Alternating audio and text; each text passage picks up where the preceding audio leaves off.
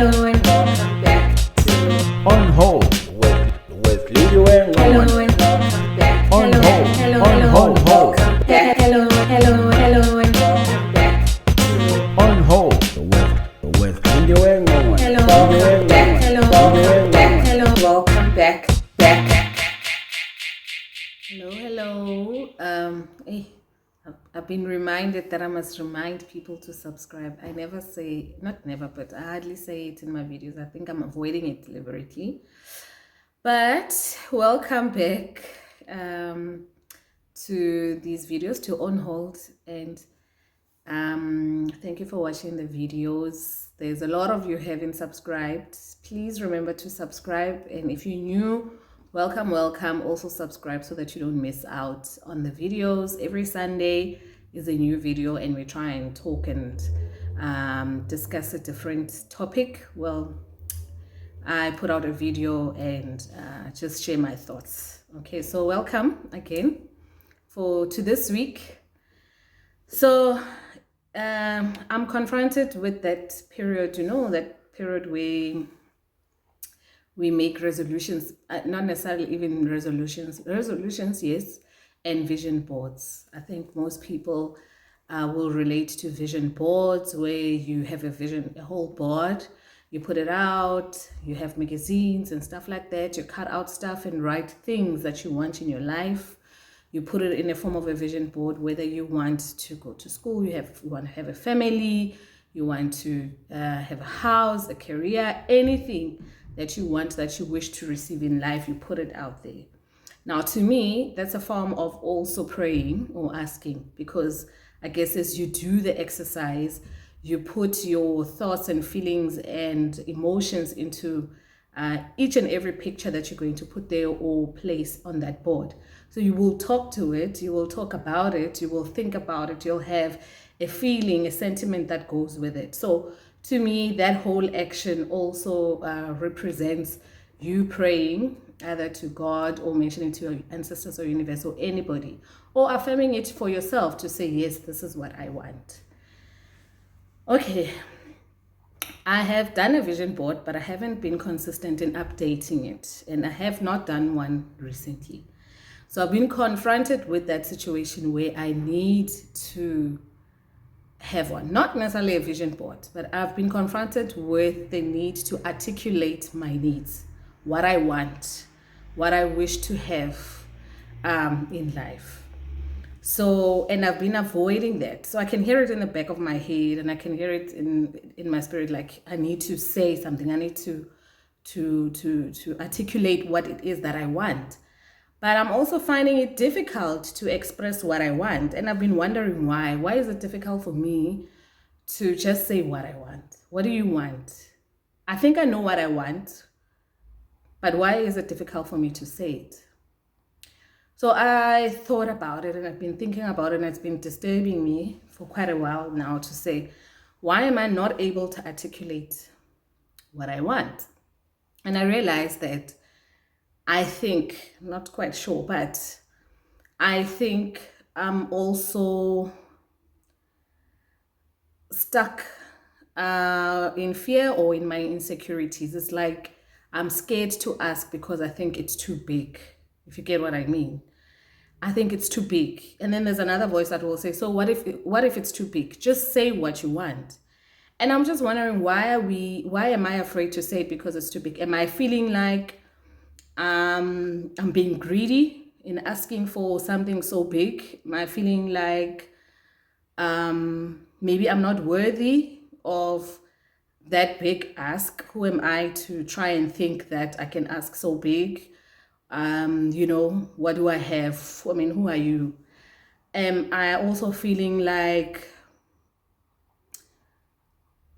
what am I going to do? Like, what are you going to do with something so big? What do you want to be? Why do you want to stand out? Why do you want to be the one who has this big thing? Why? What are you going to do with it? But I'm also battling with feeling like, so are you competent enough to even ask for what you are asking for? So all of these things are my insecurities. And I tried to test it with a few people to see if they also get stuck in such, and I realize, yes, some people also get stuck to say, okay, but culturally sometimes, and even sometimes religiously, we are not encouraged to ask big because those things are seen as things of the world, especially if you look at it from a religious point of view. Things of the world, what are you going to do? You must just ask for life and be grateful for the small things that you receive.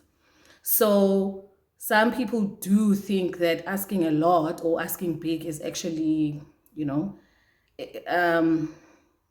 I don't know. It's not that it's a sin, but it's not something that they would naturally do. So you will ask to say, can I just have life, good health, and all that, and it's sufficient, which I don't have a problem.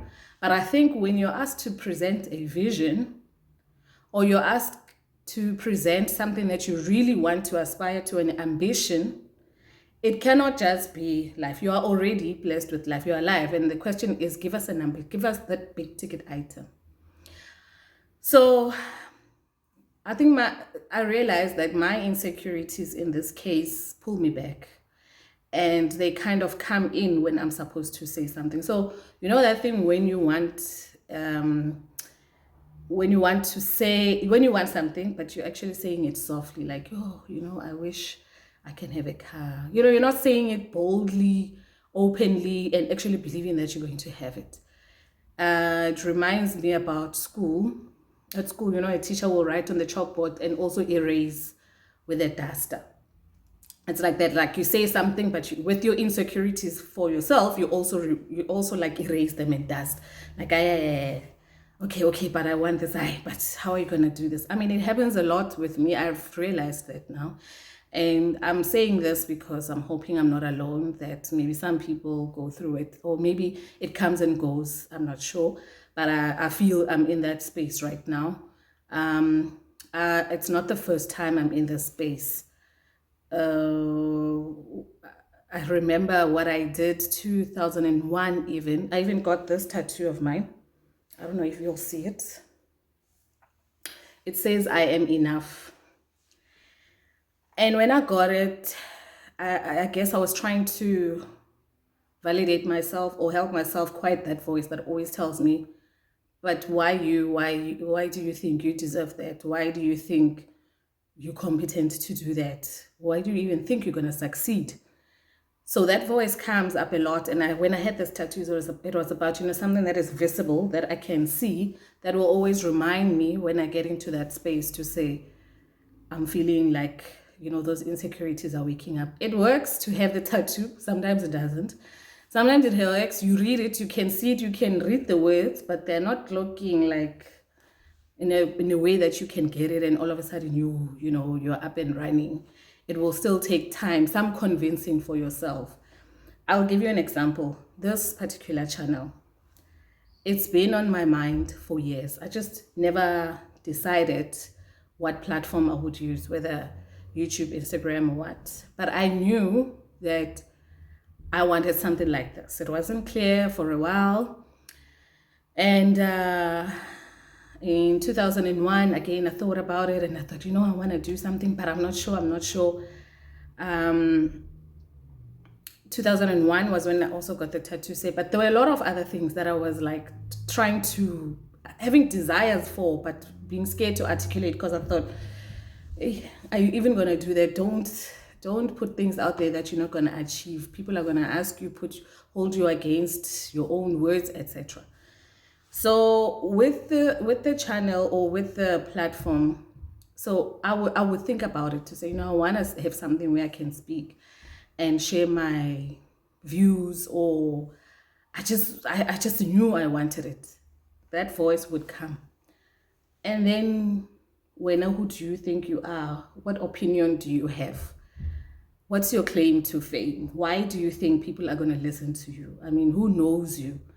Why do you think anyone is going to say something? And then what happens when you run out of topics of things to say? How are you going to maintain it? And then I would try to answer those questions. Like, listen, I'm answering myself. I'll try and think, no, man, I'll look at this. Maybe I'll talk about this. Those things will come. What are you even going to call your channel? What are you going to talk about? And then I'll go through Instagram and YouTube and look at other people and think, but I'm sure I can contribute. But as soon as I say that to myself, my insecurities start. Then, whilst I'm still dealing with who are you, then another insecurity comes. Then you have to lose weight. Did you see the girls there? They are hot. They are everything. Then into gym every week, 5 days a week in gym. Then the insecurity comes again. Are you even losing weight? Because you're still 90 kgs. You've been gymming every day for 5 days, 5 days a week, every day for 6 months. Nothing is happening. You are not ready.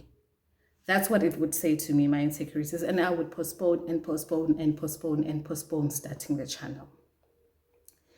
Eventually this year, I was literally just forced to do it. Not even forced, encouraged, but by a very close person to me who said, I'm done listening to you talk about this. You are doing it today. And I thought, no, I don't know how. What am I going to say? I haven't even planned. What is the name? And I brought all of these excuses and they were not listening. They just put me in front of a camera and there's just talk. Just start, just talk. I did it and I'm here and here we are. But now what's next? There's that question. How far do you want this to go? How far do you want to dream about it? How big do you want it to go? Now I start articulating what I think I know, but then I'm like, oh, those insecurities come. See, you are busy. You work, you have kids, all of those things come. So I guess that's what I struggle with, even with, I'm also thinking about studying and I'm thinking, but there's levels of studies that I want to reach, but those things come in. So eventually I end up putting out visions or needs that are managed, if you get what I mean. It's like I'm managing my own wants, my own expectations to something that I feel I can achieve. I am not going overboard. A want is a want. It's not like a need. A need is a necessity. You need it, you must get it, water, shelter, all of it. It's a need. Wants are wants. You just want it. So if you've been asked, what do you want in life? It's not really about what you need, which is a basic necessity. It's really, really about what do you aspire to have? What do you need? But there's still that bit that is saying, ask properly. No, don't go overboard. But I think I'm done with it. I've listened to that voice long enough, and spring is coming now, and I'm a spring baby. And in spring, you get new life. And I think that's my challenge going into my birth month, to say, this is what probably I'm putting out there, to say, I need to ask and have the courage to ask big. And I don't even think, guys, it's about just saying, I want to drive a Porsche. It's about also believing it, hanging on to the belief, saying it boldly like you are going to achieve it, and not questioning what you are thinking. I think it's more than that. It's not just about saying, one day, but I guess saying it over and over again helps, because you end up believing it anyway. So I don't know if I'm on my own in this challenge. I bet I'm not. But I'm putting myself up for a challenge, and I'm going to also encourage people close to me or our friends to say, can we just reevaluate our plans, our dreams, our ambitions? Are they really big, or they're just managed into a level that we can achieve? We might be sitting here thinking, oh, we've put vision boards and they are very aspirational, but maybe not so big. Maybe. So we can take a look at them and see really how big are these dreams. Because when I was in school, they used to say to us when we go write exams, to say, when you study, you need to aim high, like you need to aim very high. Aim to get your 190, so that if anything happens, you fall in the middle, so you can follow to your 70s, 60s. If you write an exam aiming for a 70, you might get 40s.